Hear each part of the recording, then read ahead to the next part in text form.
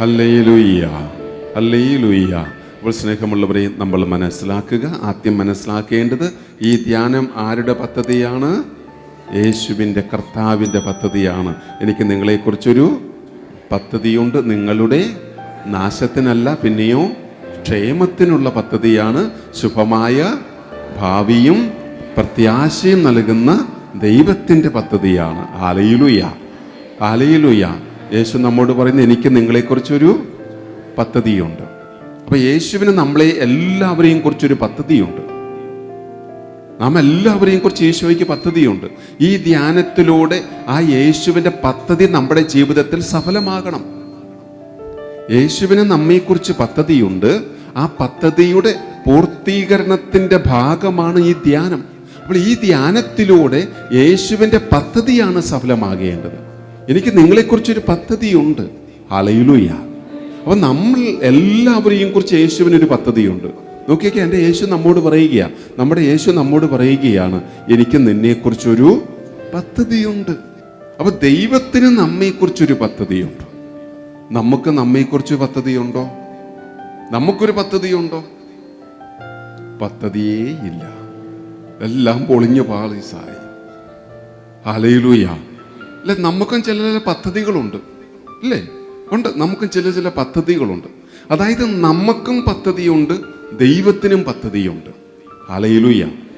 അപ്പോൾ എത്ര പദ്ധതിയായി? ഒന്ന് ദൈവത്തിൻ്റെ പദ്ധതി, രണ്ട് നമ്മുടെ പദ്ധതി. എത്ര പദ്ധതിയായി? പഞ്ചവത്സര പദ്ധതിയാണോ? അല്ല. അപ്പോൾ രണ്ട് പദ്ധതി. ഒന്ന് ദൈവത്തിൻ്റെ പദ്ധതി, രണ്ട് നമ്മുടെ പദ്ധതി. ഇതിൽ ആരുടെയാണ് നല്ല പദ്ധതി? ദൈവത്തിൻ്റെയാണോ നമ്മുടെയാണോ? ദൈവത്തിൻ്റെത്. നമ്മുടെ പദ്ധതികളൊക്കെ സഫലമാകാറുണ്ടോ? എപ്പോൾ പൊളിഞ്ഞെന്ന് ചോദിച്ചാൽ മതി. Hallelujah, hallelujah. പ്രിയമുള്ളവരെ, നമ്മുടെ പദ്ധതികൾ തകർന്നാലും ദൈവത്തിൻ്റെ പദ്ധതി തളർന്നു പോവില്ല. അത് തകർന്നു പോവുകയല്ല. തകർന്നു പോകുന്നത് നമ്മുടെ പദ്ധതിയാണ്.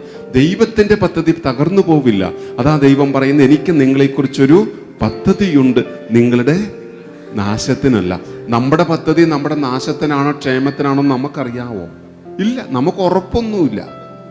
നമ്മുടെ പദ്ധതികൾ നമുക്ക് അനുകൂലമാണോ പ്രതികൂലമാണോ, അതായത് നമുക്ക് അനുയോജ്യമാണോ അല്ലയോ എന്ന് നമുക്ക് ഉറപ്പൊന്നുമില്ല.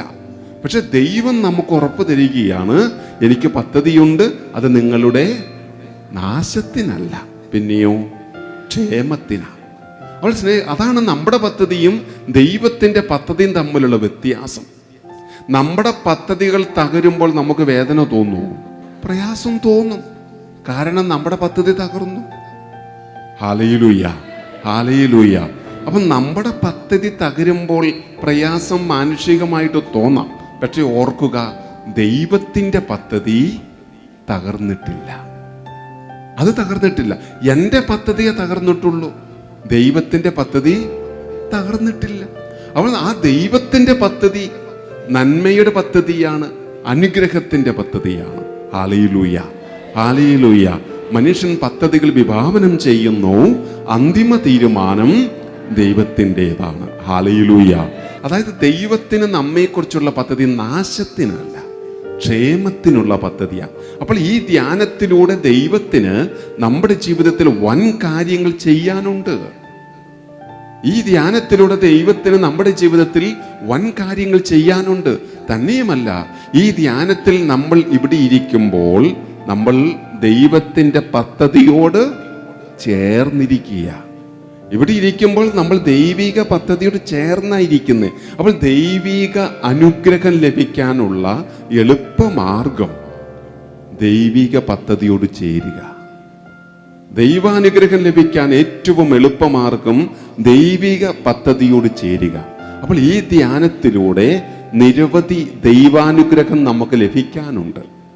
അത് നഷ്ടപ്പെടുത്തരുത്. ഈ ധ്യാനത്തിലൂടെ ഒരുപാട് അനുഗ്രഹങ്ങൾ നമുക്ക് സ്വന്തമാക്കാനുണ്ട്. അത് നമ്മൾ നഷ്ടപ്പെടുത്തരുത്. ചെയ്യേണ്ടത് ഇത്രയേ ഉള്ളൂ, ദൈവിക പദ്ധതിയോട് ചേരുക. Hallelujah, hallelujah. അപ്പോൾ സ്നേഹമുള്ളവരെ, നമ്മൾ ഒന്ന് രണ്ട് കാര്യങ്ങൾ കാണുകയാണ്. ഒന്ന്, ഇത് ദൈവിക പദ്ധതിയാണ് നമ്മുടെ ഈ ധ്യാനം. ഈ ധ്യാനം തുടങ്ങി വെച്ചത് ആരാണ്? ആരംഭകൻ ആരാണ്? യേശുക്രിസ്തുവാണ് ഈ ധ്യാനത്തിൻ്റെ ആരംഭകൻ. ഈ ധ്യാനം ഇങ്ങനെ യേശു ആഗ്രഹിക്കുന്നുണ്ട്. ഇവിടെ ഈ ധ്യാനം ഇങ്ങനെ നടക്കണമെന്ന് ഈശോ ആഗ്രഹിക്കുന്നുണ്ടോ? അപ്പോൾ ഈ ശുശ്രൂഷ, ഈ വചനപ്രഘോഷണം നമ്മൾ തുടർന്ന് മുന്നോട്ട് പോകണമെന്ന് ഈശോയും ആഗ്രഹിക്കുന്നുണ്ട്. വിശുദ്ധ ലൂക്കാ എഴുതിയ സുവിശേഷം 9-ാം അധ്യായം 1 മുതലുള്ള വചനം. അവൻ 12 പേരെയും വിളിച്ച് സകല പിശാചുകളുടെയും മേൽ അവർക്ക് അധികാരവും ശക്തിയും കൊടുത്തു. അതോടൊപ്പം രോഗങ്ങൾ സുഖപ്പെടുത്താനും ദൈവരാജ്യം പ്രസംഗിക്കാനും രോഗികളെ സുഖപ്പെടുത്താനുമായി അവൻ അവരെ അയച്ചു. അവിടെ വചനം പറയുന്നു, അവൻ 12 പേര്. അതാരാണ്? അപ്പസ്തോലന്മാർ. വചനപ്രഘോഷണവും രോഗശാന്തി ശുശ്രൂഷയും ഇതാരാ തുടങ്ങി വെച്ചത്? യേശു. അതായത് യേശു ചെയ്തു കൊണ്ടിരുന്ന ഈ വചനപ്രഘോഷണവും രോഗശാന്തി ശുശ്രൂഷയും, ആ ശുശ്രൂഷ നിന്നു പോകരുത്, അത് മുന്നോട്ട് പോകണമെന്ന് ഈശോ ആഗ്രഹിക്കുന്നുണ്ട്. അതുകൊണ്ട് ഈ ശുശ്രൂഷ മുന്നോട്ട് തുടർന്നു കൊണ്ടുപോകാൻ അവൻ എന്ത് ചെയ്തു? ആദ്യപടിയായി 12 അപ്പോസ്തലന്മാരെ തിരഞ്ഞെടുക്കുന്നു. ഹല്ലേലൂയ. എത്ര പേരെ തിരഞ്ഞെടുത്ത? ആദ്യം 12 അപ്പോസ്തലന്മാരെ അവൻ തിരഞ്ഞെടുക്കുകയാണ്. അതായത് താൻ ചെയ്തുകൊണ്ടിരുന്ന ശുശ്രൂഷ നിന്നു പോകരുത്, അത് നിന്നു പോകരുത്, അത് തുടർന്ന് മുന്നോട്ട് പോകണം. ഈ ശുശ്രൂഷ നിന്നു പോകരുത്, അത് മുന്നോട്ട് പോയിക്കൊണ്ടിരിക്കണം. അതിനുവേണ്ടി അവൻ അപ്പോസ്തലന്മാരെ തിരഞ്ഞെടുത്തു. Hallelujah, hallelujah. എന്നിട്ട് ഈ അപ്പോസ്തലന്മാരോട് പറയുകയാണ്, നിങ്ങൾ ഇതുപോലെ ഞാൻ ചെയ്ത് കാണിച്ചതുപോലെ വചനം പ്രഘോഷിക്കണം, രോഗികളെ സുഖപ്പെടുത്തണം.